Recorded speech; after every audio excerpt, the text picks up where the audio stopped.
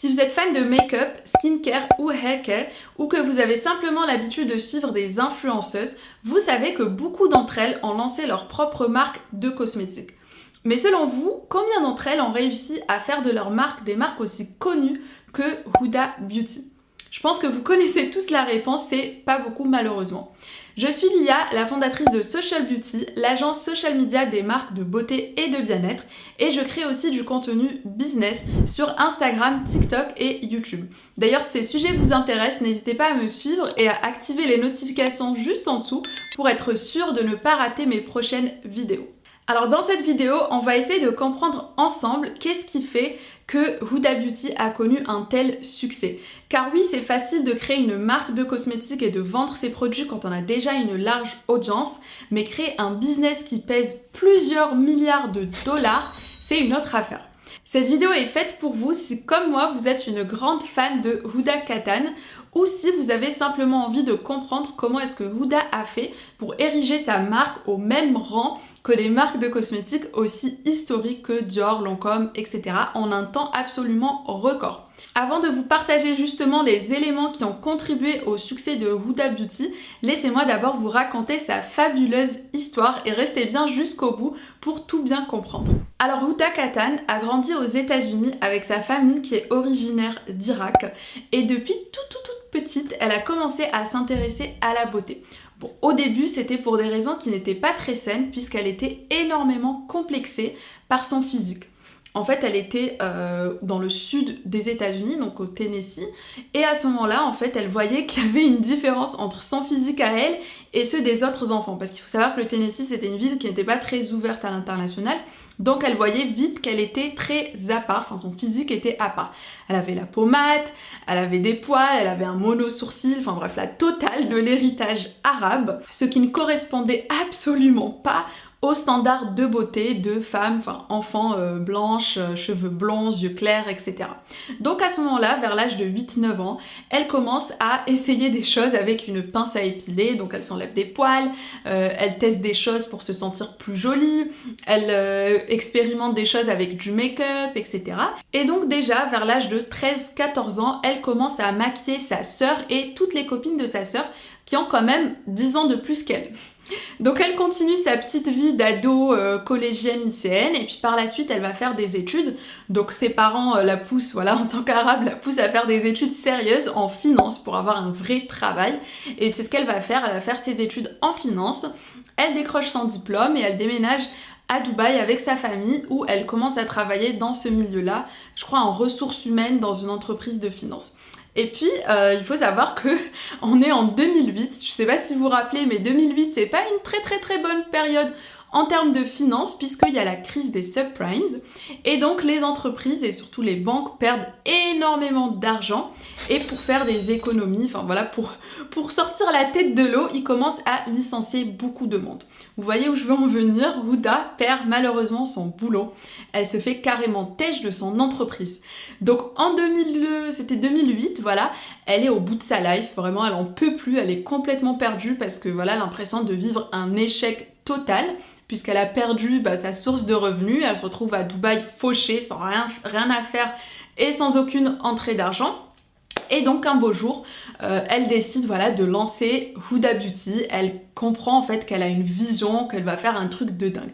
Je rigole, c'était pas du tout comme ça. En réalité, ce qui s'est passé, c'est qu'un jour, pendant un repas de famille, on a Mona Kattan, donc sa jeune sœur, qui a je crois 1 an de moins qu'elle, qui lui dit « Mais attends, mais pourquoi tu fais pas une école de make-up, vu que c'est ta passion et que tu connais déjà un tas de choses, tu devrais grave faire ça ?» pour avoir un boulot qui te plaît vraiment, qui t'épanouit et vu que c'est ta passion, tu pourras en vivre. Et là, elle commence à se dire ouais mais je sais pas, enfin voilà, elle commence à se poser des questions parce qu'elle sait très bien que dans les familles arabes, en général, c'est pas très bien vu, on préfère surtout avoir voilà, un métier classique, médecin, dentiste, etc. Et du coup, elle en parle à ses parents et ses parents lui disent bon tant qu'à faire, vas-y fais ça. Ses parents en fait, ils étaient vraiment désespérés d'elle, ils se disaient voilà, cette meuf c'est un échec donc on va la laisser jouer, on va la laisser faire ses bails et puis on verra par la suite. Donc elle décide de faire ça. grâce à Mona. Elle va aux États-Unis, elle fait ses études de make-up artiste et vers la fin de ses études, donc déjà elle était déjà mariée, vers la fin de ses études elle tombe enceinte et elle commence à se dire bah maintenant voilà faut que je trouve du boulot, donc faut que je trouve des clientes à maquiller. Et là sa sœur, donc une deuxième fois, Mona lui dit bah meuf pourquoi tu crées pas un blog vu que c'est un truc voilà qui est en vogue en ce moment, on est en 2009 je vous rappelle, 2009-2010, elle se dit bah vas-y je vais créer un blog et peut-être que ça va m'aider à trouver des clients. Donc elle crée son blog, elle commence à créer du contenu, à partager bah, tout ce qu'elle sait faire, tout ce qu'elle connaît, plein d'astuces de beauté, de make-up, skincare, etc. Et petit à petit elle commence à trouver des clientes grâce à son blog. Mais c'est pas encore voilà la folie puisque c'est encore très difficile. En fait à ce moment-là il y avait que des blogs, il n'y avait pas autre chose, enfin il y avait YouTube aussi, ça commençait à peine aussi, mais les blogs en général c'était des blogs plutôt de mode. Donc elle, certes elle y a vu une opportunité, mais il faut savoir que voilà c'était encore très tôt en termes de création de contenu sur internet et donc c'était pas aussi développé que c'est le cas maintenant où on trouve voilà très facilement des prestataires sur internet à qui on peut faire confiance, etc. Donc c'était vraiment la galère pour elle, elle avait du mal à trouver des clients, enfin elle en trouvait petit à petit, mais voilà, on va pas se mentir, make-up artiste c'est pas un travail qui paye très bien, ça prend du temps, faut se déplacer, faut acheter le matériel, etc. Et puis son blog aussi, elle arrivait vraiment pas à le monétiser, enfin elle ne voulait pas le monétiser en réalité, puisque en fait, elle voulait tout simplement pas faire de placement de produits, bon c'était pas assez développé comme c'est le cas aujourd'hui encore une fois, mais aussi elle voulait pas être payée pour parler de certains produits. Elle faisait ça vraiment de bon cœur, elle partageait les choses qu'elle aimait et elle voulait juste continuer à le faire comme ça, à sa guise.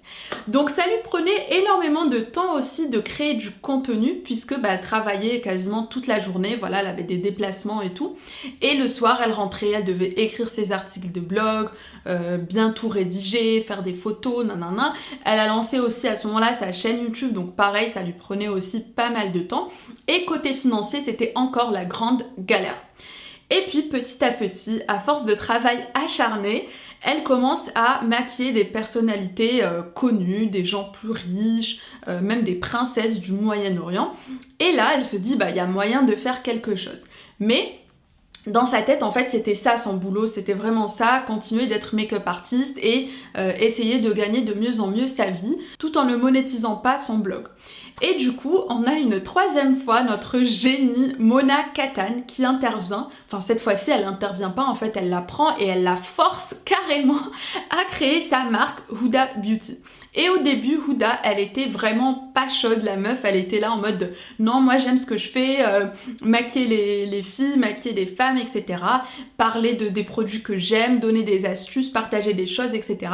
Je n'ai pas envie de vendre des produits physiques. Et là, Mona, en fait, elle veut rien entendre, elle lui dit, meuf, on va faire ça, c'est ta passion. Et surtout, si tu veux toucher ton audience qui est devenue en fait maintenant une audience internationale, il faut absolument que tu crées des produits physiques parce que même si tu maquilles tous les jours, en fait, tu n'auras jamais le temps de maquiller, je sais pas, plus de 5 ou 10 personnes. Et là, le Huda lui dit, vas-y, ok, on va faire ça. Du coup, elles commencent donc à réfléchir ensemble aux premiers produits qu'elles allaient vendre et elles ont très facilement fait le choix de vendre des fossiles. En fait, c'était un produit vraiment unique dans le sens où il n'y avait aucune marque qui avait comme produit star des fossiles. Mais en plus de ça, Huda avait vraiment l'habitude de porter très régulièrement des fossiles et surtout de les faire elle-même. Donc elle a acheté les fossiles et en fait elle les confectionnait elle-même, elle les coupait, elle recollait des trucs, enfin voilà, elle jouait avec les formes, etc. Et son audience justement lui demandait régulièrement où est-ce qu'elle achetait ses fossiles parce que déjà elle en parlait régulièrement, mais lui demandait voilà où est-ce que tu les achètes, comment est-ce que tu fais, nanana. Et là, Mona et Huda, elles décident de lancer ça comme premier produit. Donc à ce moment-là, bien sûr, elle était complètement fauchée aussi. Donc elle demande à sa sœur, je crois que c'était sa grande sœur Alia, de lui prêter 6 000 $ pour lancer sa marque. C'est ce qu'elle a fait, elle lui a prêté 6 000 $ et elle a commandé 7 000 paires de fossiles. À ce moment-là, elle commence aussi à réfléchir au design avec ses sœurs. Et elle se dit qu'elle veut un truc vraiment différent de ce qui se fait déjà en termes de fossiles. Et là, elle se dit qu'elle voulait un truc qui lui ressemblait vraiment. Donc un beau jour, elle est chez elle, donc voilà, elle s'était maquillée déjà pour créer son contenu. Elle met ses faux cils et elle prend son téléphone et tac, voilà, elle fait un selfie avec ses faux cils. Et là, elle va voir un designer et elle lui dit « Écoute mec, moi je veux lancer ma marque de faux cils, donc tu vas me prendre cette photo-là. » C'était une photo en noir et blanc. Et elle lui dit « Tu vas me la mettre dans un packaging. » Et c'est là qu'est née cette boîte de faux cils. Hop, qui est encore celle qui est utilisée aujourd'hui et qui est très unique en son genre. Je me rappelle, tout le monde faisait des photos comme ça et tout.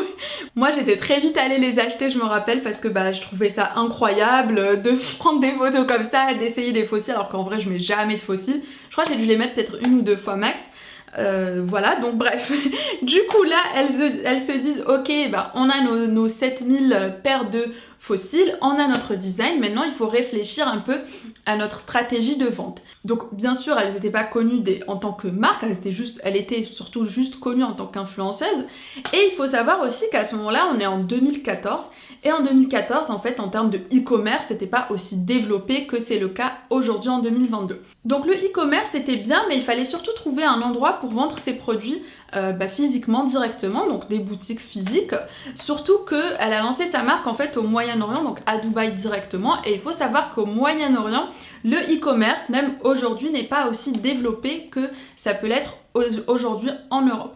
Donc elle a comme objectif, elle a un objectif très ambitieux. En fait, la meuf, elle se dit, quitte à vendre des produits physiques, autant les vendre dans la plus grande boutique de beauté de Dubaï et surtout la boutique qui fait le plus de chiffre d'affaires au monde en termes de beauté, aka le Sephora du Dubai Mall. À ce moment-là, elle prend cette décision d'avoir ça comme objectif.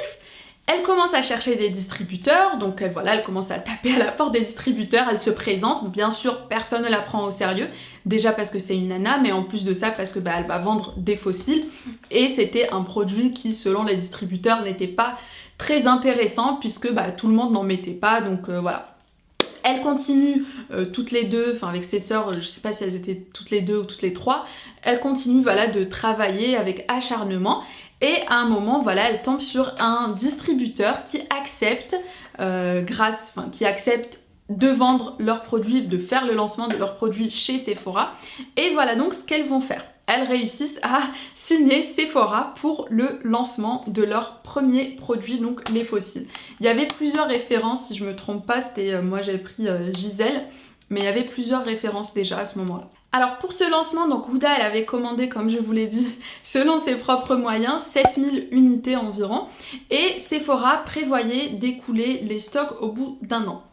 Résultat, en moins d'1 semaine, ils étaient déjà out of stock. Et très vite, ce produit est devenu un des produits les plus vendus dans tous les Sephora du Moyen-Orient. Dès la première année, elles ont généré plus de 1,5 million de dollars de chiffre d'affaires. Et dès la deuxième année, donc dès 2014, elles ont dépassé les 10 millions de dollars de chiffre d'affaires. Je ne sais pas si vous vous rendez compte, mais c'est juste énorme, surtout pour ce produit-là, un seul produit en plus. Donc à partir de 2016, elle commence à vendre des produits cosmétiques, donc c'est normal, elle commence à diversifier et à proposer plus de produits à leur audience. Et elle commence notamment avec un crayon contour de lèvres. Et elle commande à ce moment-là, j'ai vu qu'elles avaient commandé 55 000 unités pour les crayons à lèvres. Donc elles avaient discuté avec leur laboratoire. Elles lui ont dit, nous il nous faut une quantité assez énorme pour 2 ans. Donc 55 000, ça fera l'affaire. Et là, nouvelle énorme surprise, en 1 semaine, ils avaient déjà tout vendu. C'est un truc de ouf, 55 000 crayons à lèvres vendus en moins d'1 semaine. Sachant aussi que à ce moment-là, elle était déjà commercialisée un peu partout en Europe, si je me trompe pas, elle commençait à être commercialisée dans des nouveaux pays, dans le monde entier. Et puis juste après, elle continue, elle lance des nouveaux produits, les liquides, je vous les montre parce que je les ai aussi. Oula.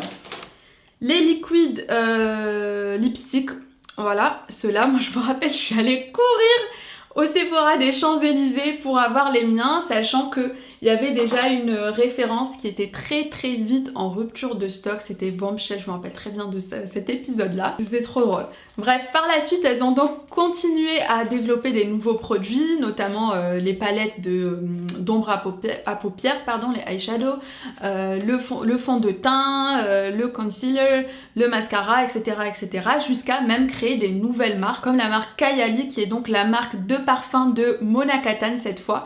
Et puis derrière, elles ont aussi créé Wishful, donc la marque de skincare. Aujourd'hui, comme vous le savez, Huda Beauty, c'est devenu une marque ultra méga connue qui se vend dans le monde entier. Partout, vous allez vous trouver Huda Beauty. Elle est vraiment super connue, Huda aussi.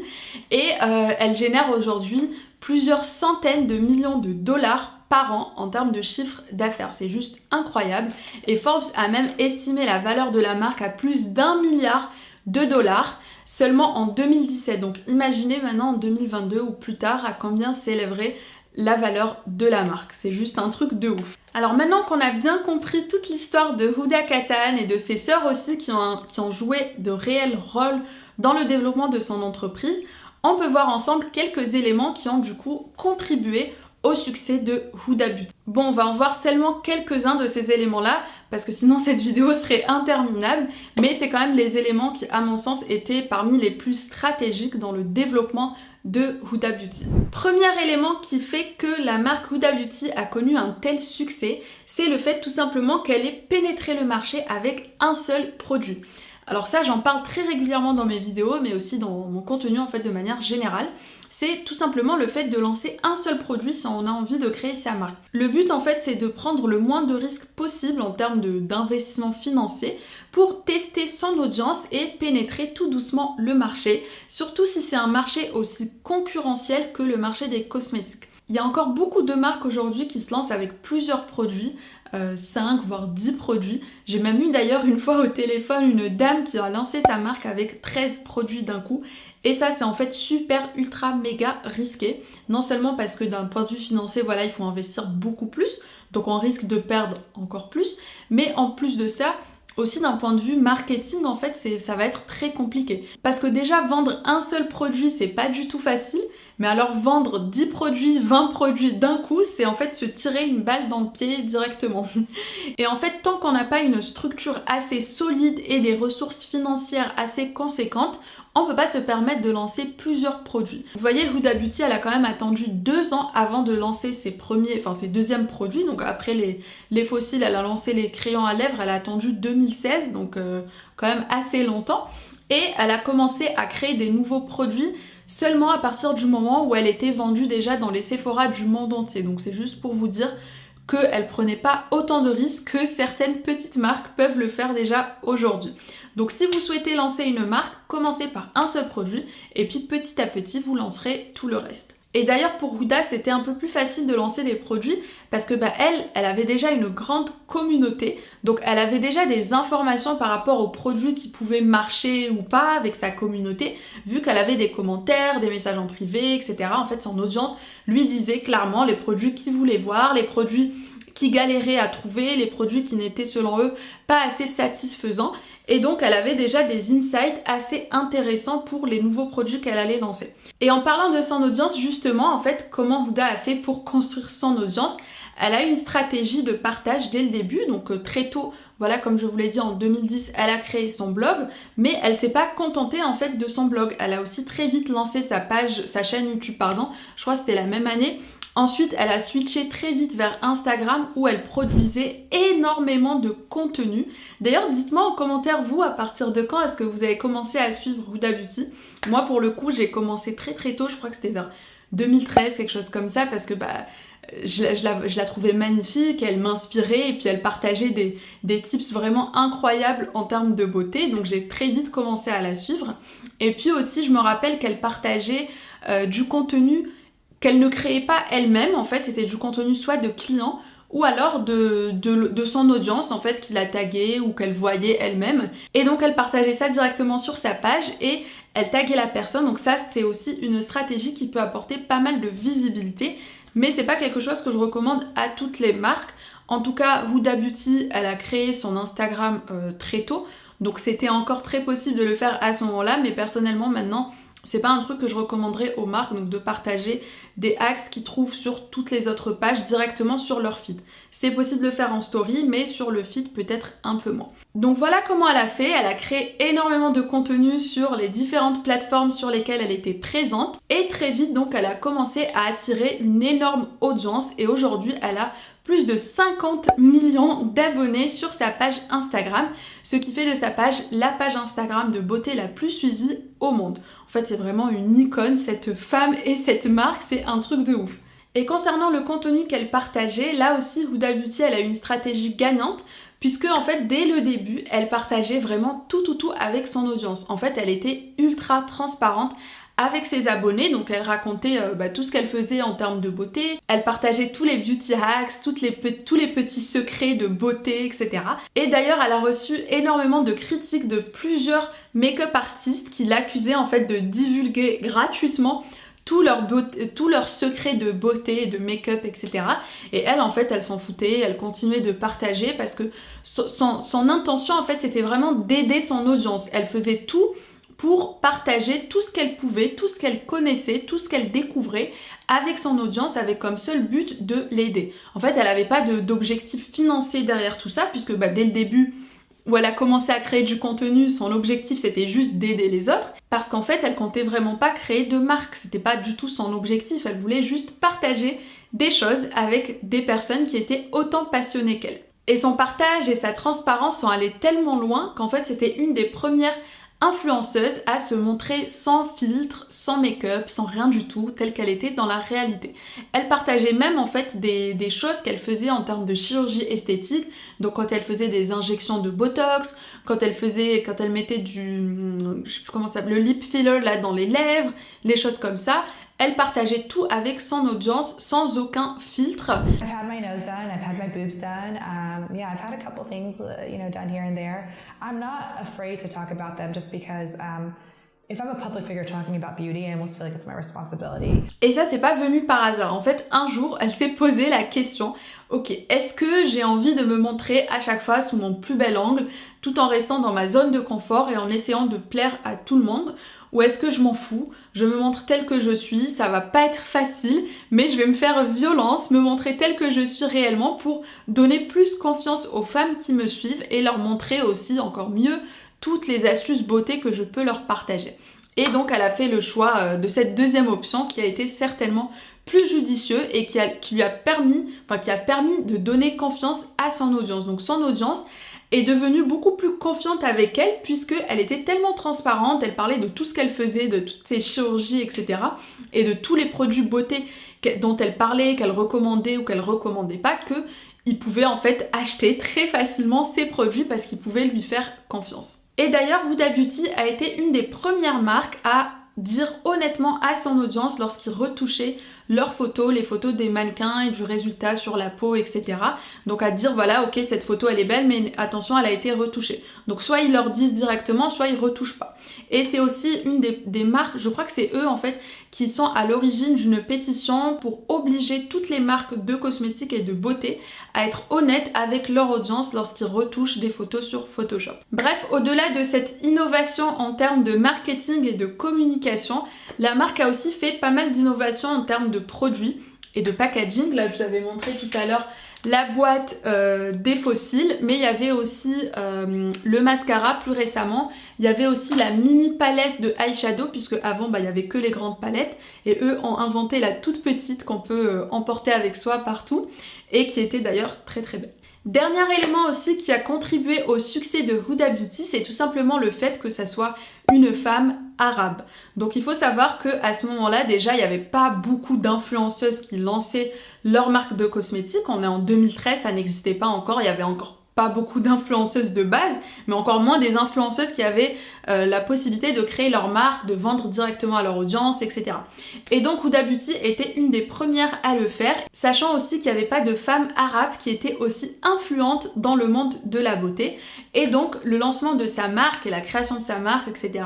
en fait d'elle en fait une personne qui impressionnait, qui inspirait beaucoup de femmes du Moyen-Orient, mais aussi du Maghreb. Moi personnellement, c'était vraiment mon idole, c'est un peu le cas encore aujourd'hui parce que je l'apprécie énormément. Ça a l'air d'être une femme incroyable qui a beaucoup de qualités humaines, beaucoup de valeurs, beaucoup d'ambition et qui a surtout travaillé très dur pour faire de sa marque ce qu'elle est aujourd'hui. I definitely think being in the beauty industry, a lot of people think it's like, you know, it's superficial, it's for one thing, and it's not. Like, I am a person in the beauty industry who doesn't believe that the beauty industry is shallow or vain or one-dimensional. I think it is so deep, and it's still not, I think, reached its full potential. I think beauty is, it's an emotion, it's empowering. I've definitely challenged norms. I've challenged everyone we worked with, from manufacturers to, you know, influencers. C'était tout pour cette vidéo, j'espère que c'était clair pour vous. Mettez-moi en commentaire plein de petits emojis de rouge à lèvres si vous kiffez autant Huda Beauty que moi.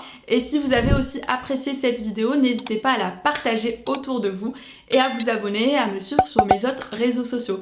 Je vous dis à très bientôt sur ma chaîne. Bisous, ciao ciao.